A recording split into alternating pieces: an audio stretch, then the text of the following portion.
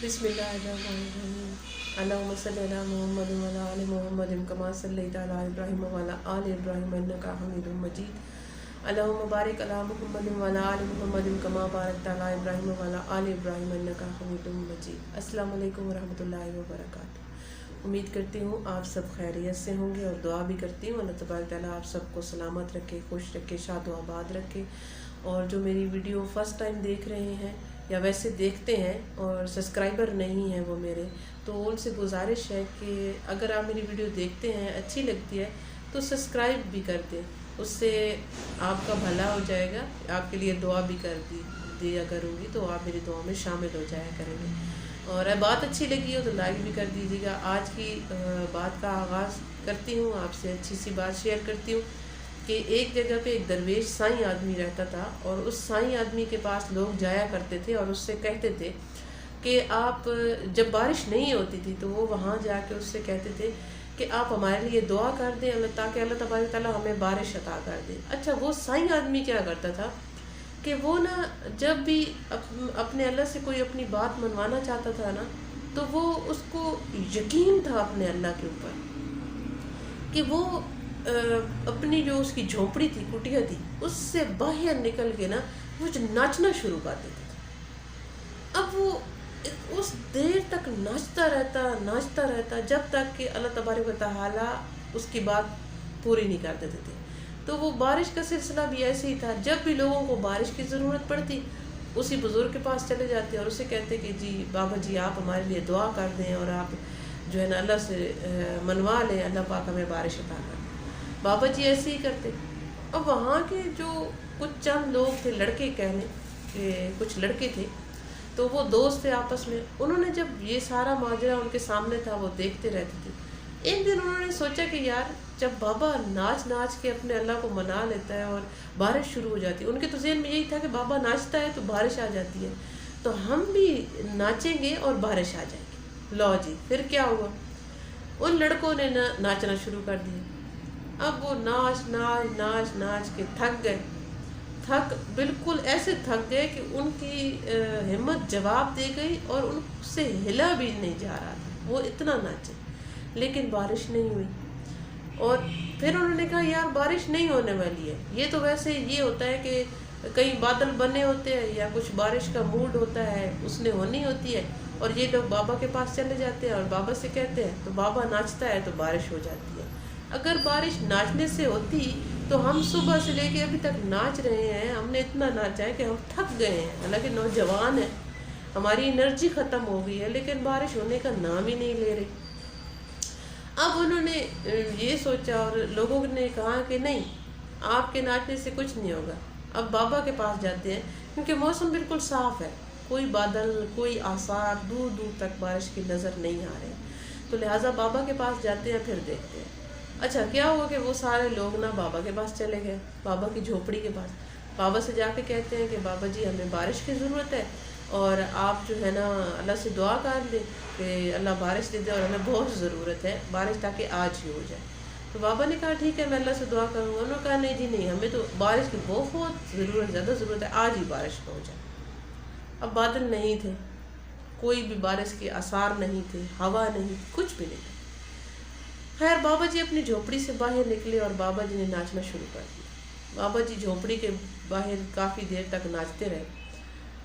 बाबा जी के नाचते नाचते ही एक बादल का टुकड़ा आया और बारिश शुरू हो गई। सब लोग हैरान कि ये क्या हो गया, अभी तो कोई बारिश के आसार भी नहीं थे। और वो जो चार लड़के थे जो सुबह से लेके कब तक नाच रहे थे और थक हार के वो बैठ चुके थे, वो भी हैरान हो गए कि यार हम नाच नाच के थक गए हैं और बारिश नहीं आई। और बाबा जी ने देखो गुटके से बाहर आए और ऐसे नाचना शुरू किया तो बारिश आ गई। ये बात जो मेरी है, ये आपको बताने का मकसद इसका यही है कि देखिए, उस बाबा जी को अपने अल्लाह पे यकीन है।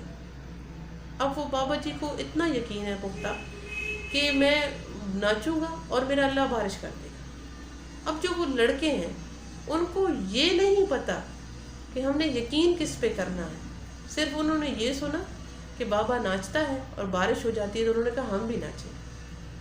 बात यहाँ पे आ जाती है और बात होती है यकीन की, कि यकीन पुख्ता हो अल्लाह पाक पे تو اللہ وہ کر دیتا ہے جو انسان کے وہم و گمان میں بھی نہیں ہوتا.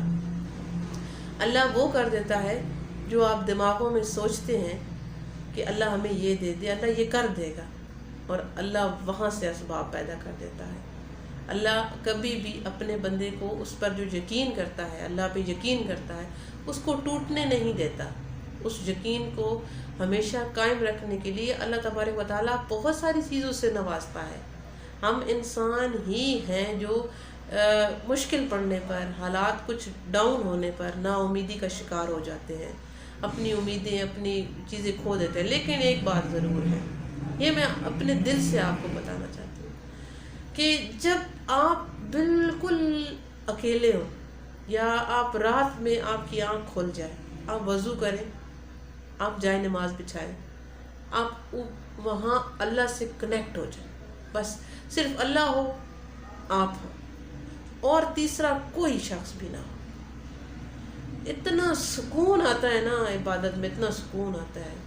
دیکھیں، آپ سوچتے ہوں گے یار میں بورنگ باتیں کرتی ہوں بہت زیادہ، میری ساری ویڈیو میں سٹوریاں ہیں، آپ کو سمجھاتی رہتی ہوں، بتاتی رہتی ہوں زندگی ایسے گزارنی ہے، ویسے گزارنی ہے، یہ کرنا ہے، وہ کرنا ہے.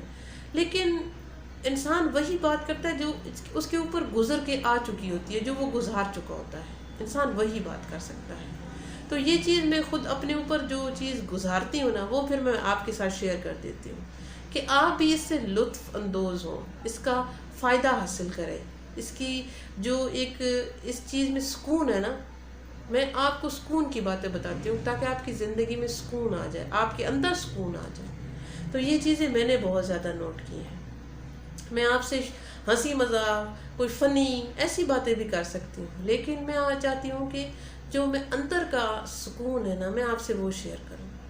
تو یقین مانے قسم سے بہت سکون ملتا ہے جب آدھی رات میں آپ اٹھتے ہیں، پھر وضو کرتے ہیں، پھر اللہ سے ڈائریکٹلی بات کر رہے ہوتے ہیں. ایسے لگتا ہے جیسے اللہ آپ کے سامنے بیٹھا ہے اور آپ اللہ سے باتیں کر رہے ہیں، اللہ کو اپنی تکلیفیں، اپنی مشکلات، اپنی ساری چیزیں بتا رہے ہوتے ہیں، کیونکہ اللہ آپ کو اندر تک جانتا ہے. کوئی بھی انسان، کوئی بھی شخص اٹھا کے دیکھ لے، چاہے آپ کا ماں باپ ہو، بہن بھائی ہو، بیٹا بیٹی، شوہر، جو دوست احباب، کچھ بھی ہو، دو سہیلیاں ہوں، آپ کی خالہ، جو بھی ہو، مطلب رشتہ داروں میں کر لیں، کوئی بھی ہو، تو وہ آپ کو اندر تک نہیں جانتا. لیکن اللہ تبارک تعالیٰ آپ کو اندر تک جانتا ہے. تو پھر اس سے اندر کی باتیں کریں یار، اس سے اندر کے کھل کے دکھ سنائیں، دکھڑے، اپنی خوشی ظاہر کریں، جو بھی ہے اللہ سے اس وقت ڈائریکٹلی بات کریں.